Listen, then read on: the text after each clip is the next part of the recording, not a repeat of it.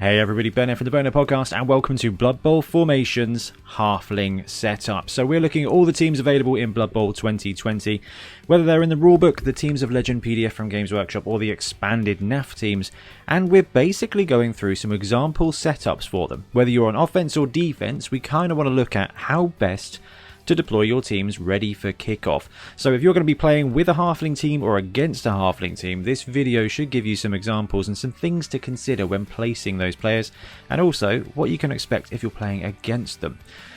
Halflings are a really difficult team. So I played a bunch of games brewing up to this. I went back and looked at a ton of really good players setups from Blood Bowl 2 and from Fumble. And basically what I've decided with halflings is there's a couple of core principles, but otherwise it doesn't matter how you set up normally. We're going to look at some examples and some things to bear in mind, but ultimately halflings have no good starting plays. Well, they got one. The rest of it is all about adjusting to your opponent's plan. So we're going to talk through some basic principles and we're going to give some example formations, but when it comes to halflings, it's very much a lost cause and you're already battling straight away.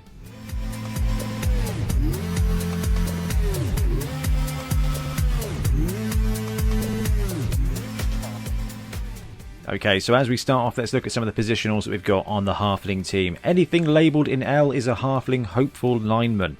L is for lineman. C is for catcher. These guys are fantastic because they start with a couple of extra skills. They start with catch and with sprint, which means they're very useful for example, receiving the ball on a handoff ready to be thrown across the pitch. And they're also very useful for being thrown across the pitch and breaking through your opponent, because that sprint is basically one extra movement, which is one square closer to victory. And by victory for a stunty team, you mean losing by one touchdown or drawing. Sometimes you'll even win, and that's the great thing about halflings. So before we go any further, halflings are not an aerial offense. They do not have much of a passing game. It has got better in Blood Bowl 2020 thanks to these hefties here, which I've labelled F for fend. They're a running game. It's a very interesting team. You are fighting up against everything. They are the worst players in the game. And the reason for that is they are twice the price of snotlings, but they're the same movement. Snotlings have the advantage of being titchy, which means they're 2++ everywhere. They get 2+ dodge rolls into everything. Halflings are still 3+ dodge rolls. They're strength 2, but their armor is rubbish and their movement is slow. So they are punching up against it, and they only get 2 big guys.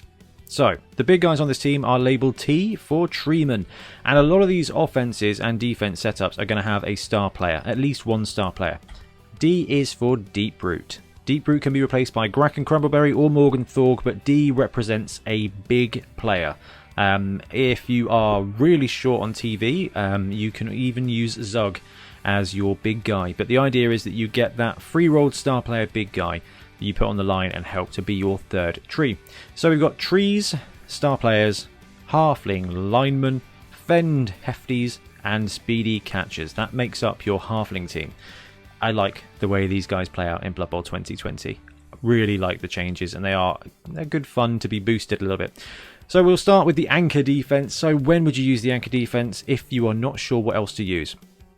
You are completely giving up the sidelines in this defense. We've seen this defense many times before, and it still works for halflings. Your main strength is that you've got 3 strength 5, 6, 7 players on the line. And that is going to take a ton of effort for your opponent to block. So the core of this, you've got your big boys. 1, 2, 3. Now, behind it, you've got this, this smiley face of players. Now, it's slightly different to the anchor defense, rather, and this is something that I've found other players use and actually works really well, is these linemen here, positioned in between your 3 players, are a bit too far forward. Okay, if a player sneaks in there, they're going to get tagged in place. But what it does do is it gives you that opportunity to, 1, help your tree stand up if it gets knocked down, but 2, if you end up, you're playing defense, so you're deploying first. Your opponent is unlikely to go, you know what I'll do, I'll put a dude against each one of your trees, that'll go well for me. They're not going to do that. They're going to deploy wide, here, here. Okay, what they're going to do is they're going to attack 2 of your trees, not all of them, unless you're playing a kaiju versus kaiju battle. For example, ogres are going to love the challenge of facing trees. Minotaurs love treemen as well.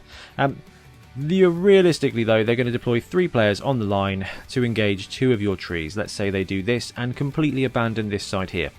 Having a lineman in base contact with that tree straight away on your defensive turn means that no matter what they do, they are not going to be engaging a tree that they are not already engaged with. Isn't going to happen. What you're likely to see is a heavy offensive against a tree. Maybe, you know, they might actually just fall back or just leave sacrificial people in place of those trees. Then you get a free throw teammate. Now, throw teammate is not everything you can do on a halfling team, but throwing a teammate into the opponent's backfield and paratrooping is a superb strategy. And if your opponent leaves you an unbased tree, you've got a free, strong arm, cheeky throw into their backfield, already positioned. The only way they can counter that is by deploying one dude against each of your trees, and then you just get removal because you get 2 or 3 die blocks with Mighty Blow just free rolled, and that's absolute profit for you. So your opponent has that 2 choices. It's got 2 choices. It can deploy all against all your trees and stop them from trying to paratroop. Or they can deploy against 2, give you 2 free and very good blocks, and then 1 cheeky paratroop attempt. That's just in this lineup here. Then you've got your secondary, and your secondary sucks when you are a halfling player. I'm sorry to say it, but it really does. And you've got the hefties. If you have hefties, then deploying them on the side here means that your opponent is going to cost them extra movement. They're not going to get frenzy into it. But best case scenario for your opponent, they're going to come in here, 2 die block your hefty dude, and then tag 2 of your linemen, 2 of your dudes. And that's fine. If they get a good blitz, they might get a cheeky bit of removal. But you've got a catcher here with reasonable movement, a catcher here with reasonable movement, a lineman here in reserve. You've got one of these guys is probably going to be free as well, and you've got this side here. Movement 5 is rubbish. Okay, so 1, 2, 3, 4, 5, 6, 7. So even though it is rubbish, even this hefty has got coverage of most of the fields with a couple of go for it's. And as you're a halfling, you should be stealing some MasterChef style rerolls. So the best bet for your opponent is to deploy heavy one side, come down here, tag a couple of halflings, come down here, tag a couple of halflings, maybe contain, maybe take a blitz, and then secure the ball. That puts you in a pretty reasonable place. And like I said, you're going to have at least 1 attempt at a paratroop and 2 or 3 really good blocks. And then it gives you flexibility with this reserve here to mob a team if they want to go for a quick breakout. If they want to go for a cheeky side cage, build a launch pad, actually 1, 2, 3, 4, 5. Even your catcher here, all of these players are going to be able to swoop across and tag them in. And when you're using halfling numbers, that's when they get effective. And because you are 3++, a strength 2 blitz against inside a cage is a 3++ dodge into a cage and then a 2 die up block. So if they do go for the classic side cage where they've got defender, and the ball carrier, well, quite frankly guys, 1, 2, 3, 1 3++ dodge, that's 8 out of 9 times that's going to work, and then a 2+ block, 2 die up block there. Ball carrier's gone, profit. Or you can spread a little bit wider, you can spread your defense. And here we've got the anchor light defense, which in England is a type of butter.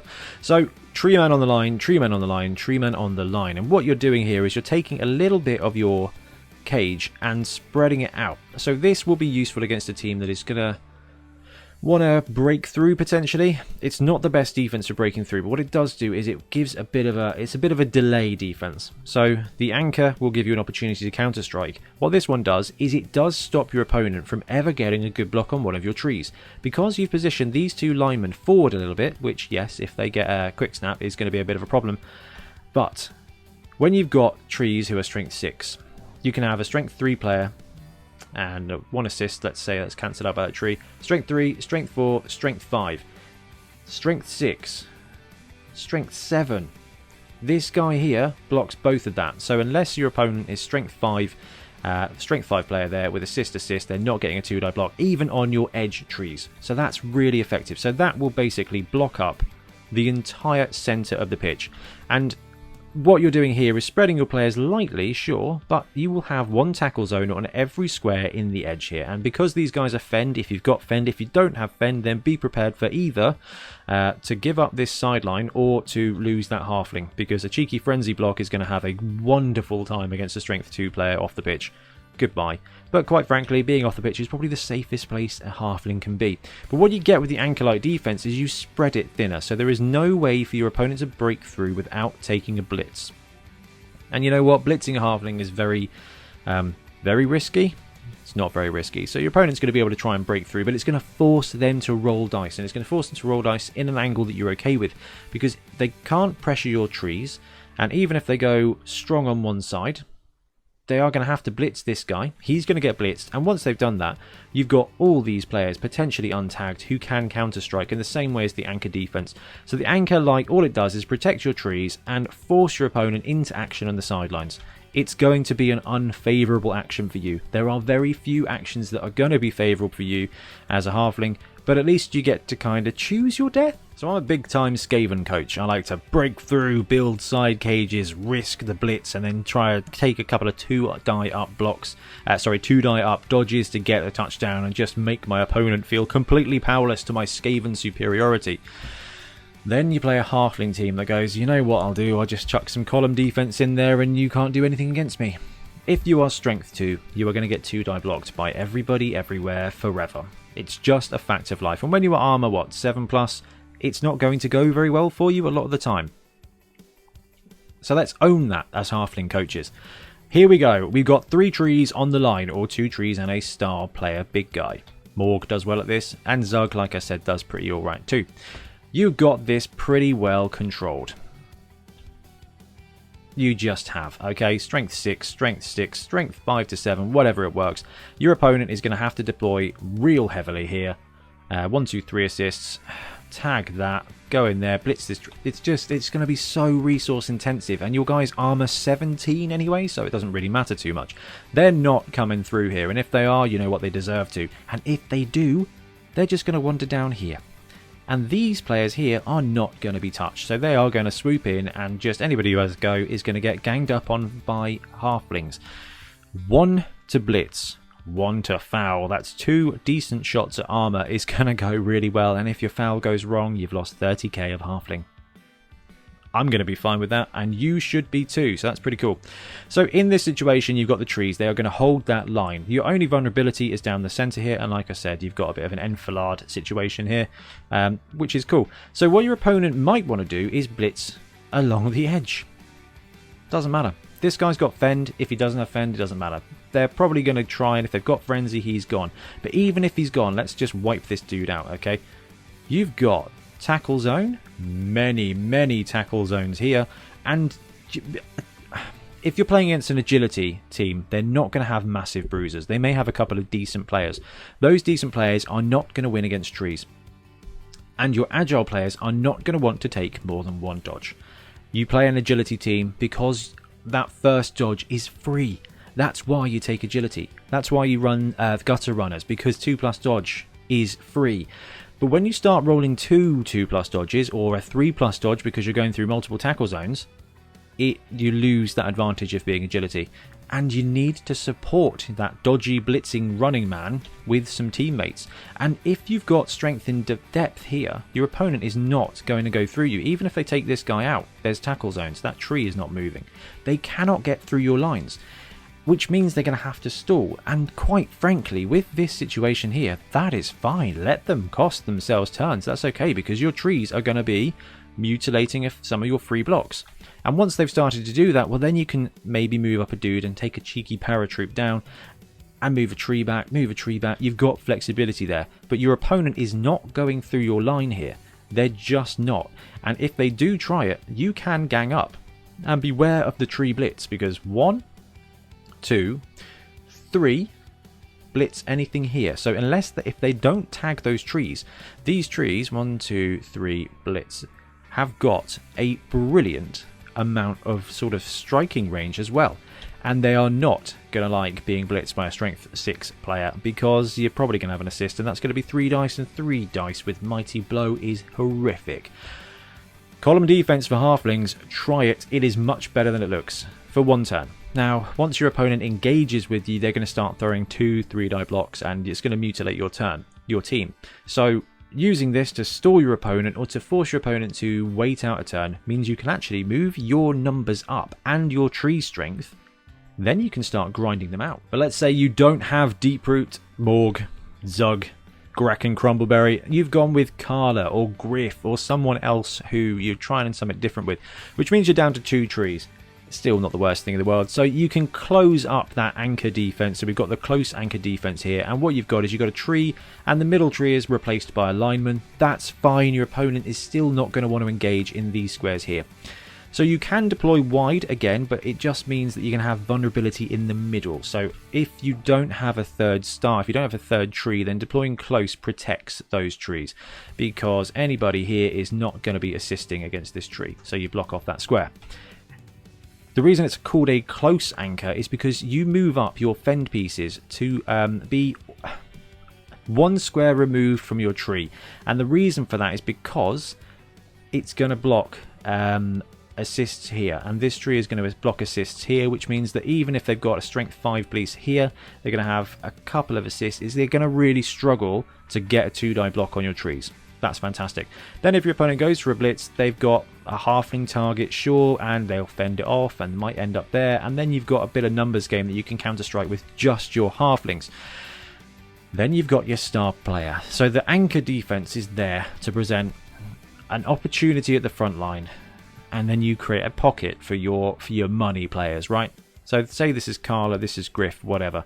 Your opponent is not going to get to them. They blitz here, not going to get through. They break through that middle line, protected here from alignment. You've got 2 catchers in defense there with a ton of movement. I know it's only strength 2, but sometimes a strength 2 blitz is going to be all they need, especially when you are stunty. So 1, 2, 3, 4, 5, 6, 7, 8 squares. Okay, that's your reach with your catchers because they've got sprint. This star player is probably movement 6 or 7. 1, 2, 3, 4, 5, 6. Yeah, alright. So you've got that reach as well with your star player. So catcher moves in, star player comes in, probably strength 4. That's probably 2 dice. That's reasonable defense. And then you flood the little guys down because they're stunty and you cannot stop them to protect and retain that ball. And you're going to find yourself breaking a serve in the backfield.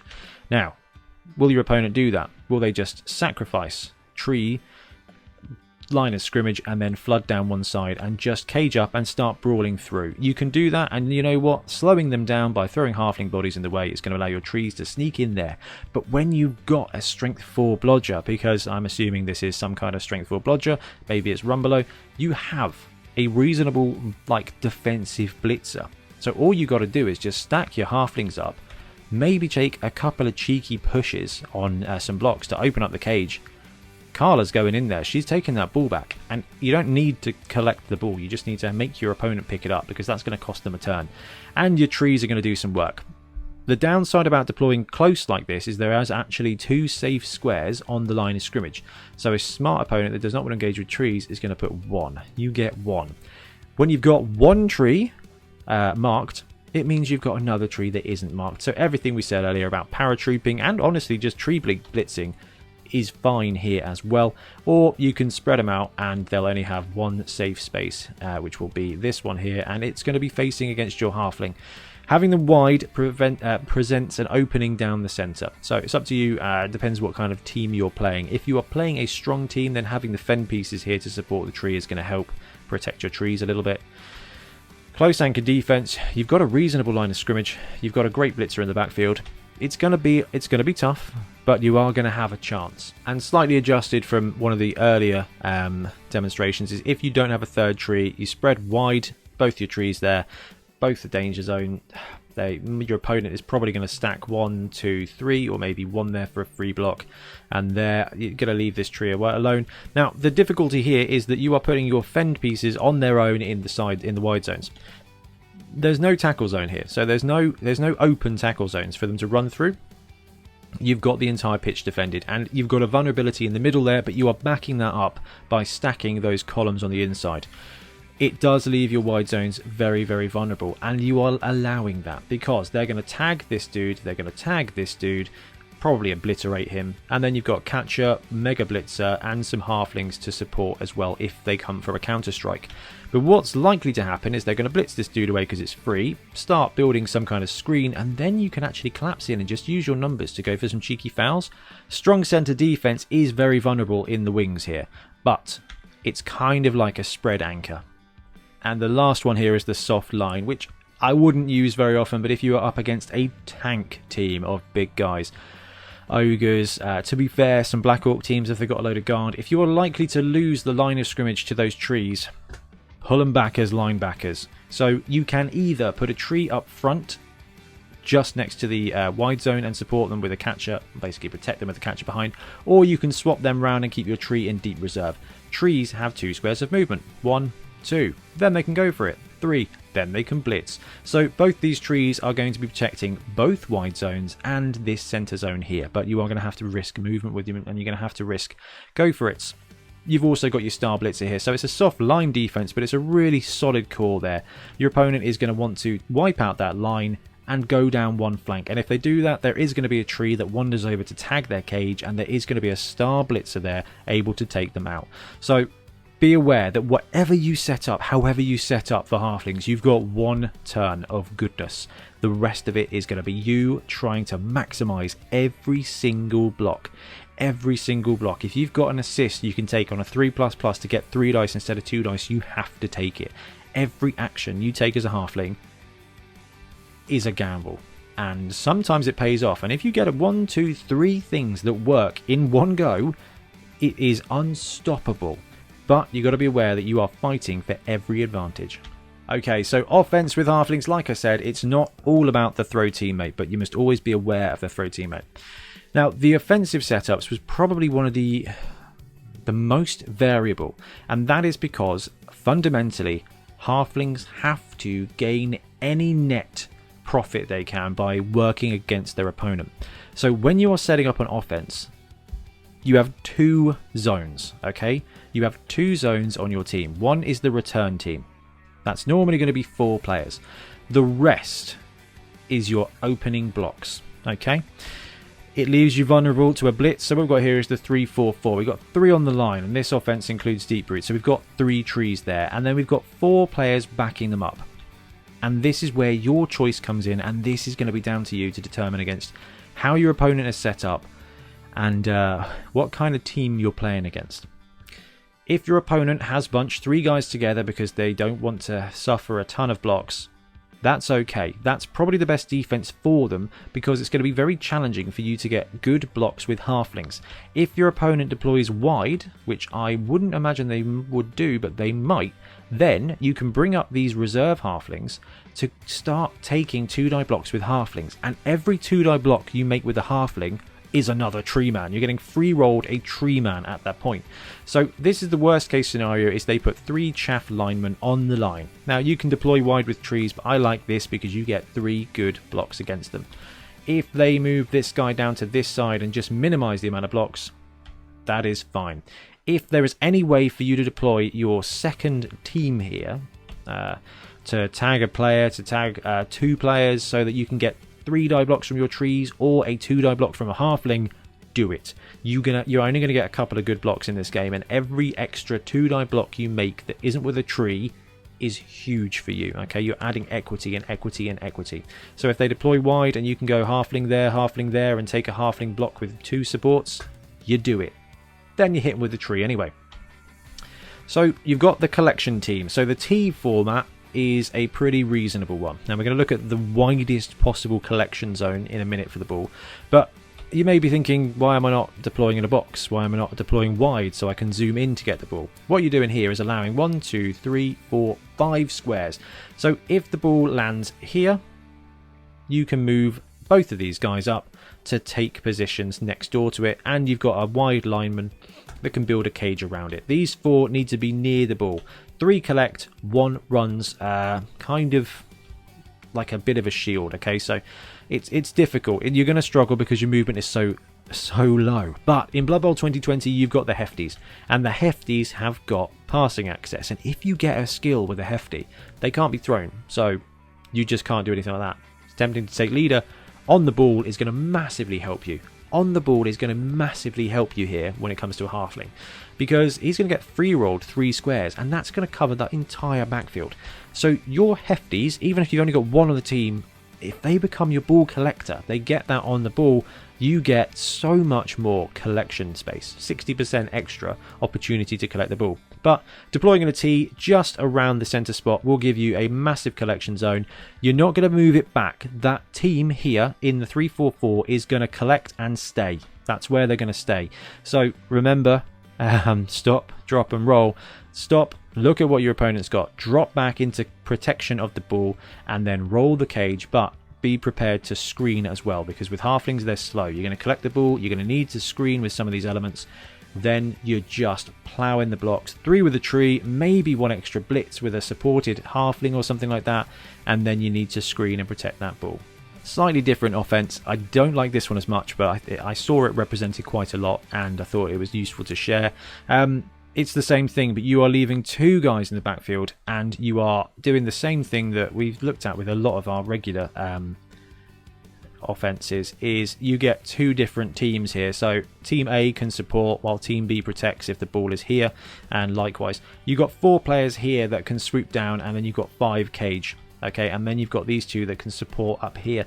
It's a flip-flop offense and you get to do whatever you want to do, but the core is still the same. You've got trees, and if you need to hustle or go for a throw teammate in both of these offenses, these trees are interspersed with these halflings, and what that means is if your opponent deploys in such a way where one of your trees is free, you get an opportunity to go for a throw teammate, whether it's just going to harass, whether it's just for a tree man blitz, but you have that stretch play. Ball lands here, he goes up, hands it off, you've got a throw teammate opportunity immediately. And talking of throw teammate is a stretch. It is an opportunity with halflings that coaches and teams can fear. It is quite unlikely, but with the halfling team it's more likely than any other. Halflings are slow, they get 5 squares of movement.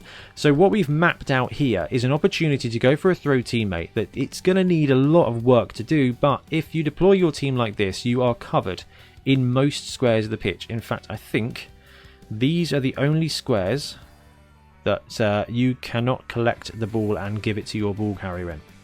Everything else is fine, but anything on the edge and at the back of the end zone is a bad situation. And this is assuming you've got 11 players. Tree man, muggle on the line, put that halfling lineman there. Put your big tree behind, who has got the best passing ability. In this situation, it's going to be deep root. It's just going to be deep root.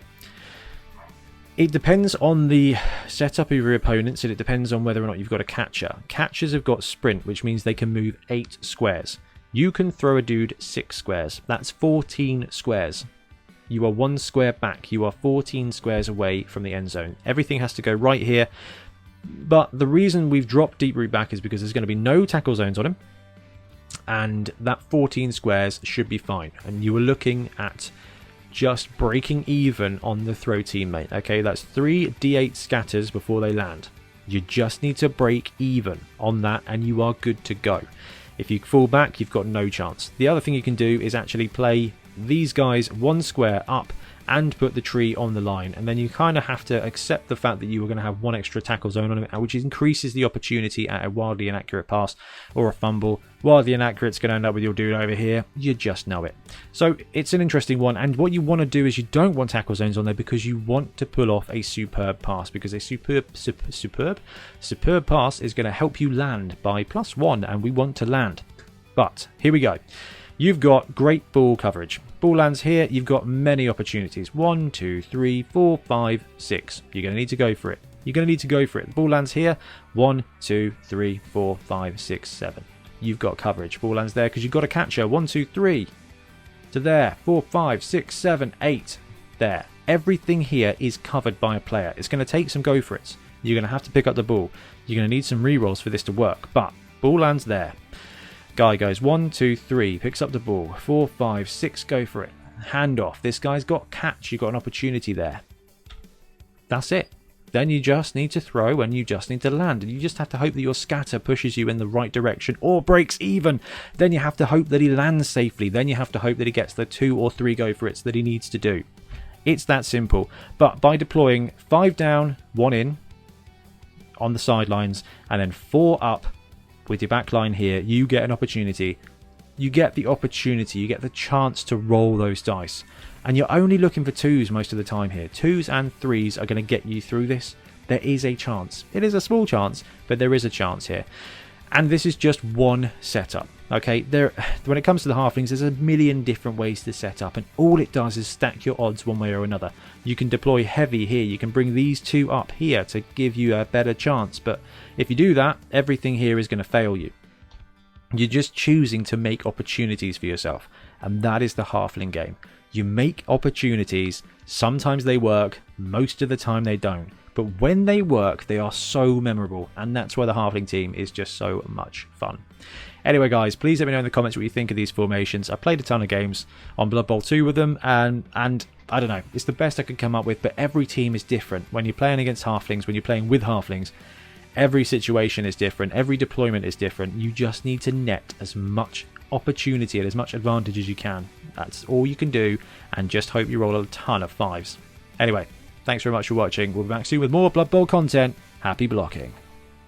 Thanks very much for watching. We really appreciate your support. If you want to support the show even further, please like and subscribe. It really helps us out. Or come and join us in our Patreon, link below, where you get early access to our content and monthly competitions. See you later.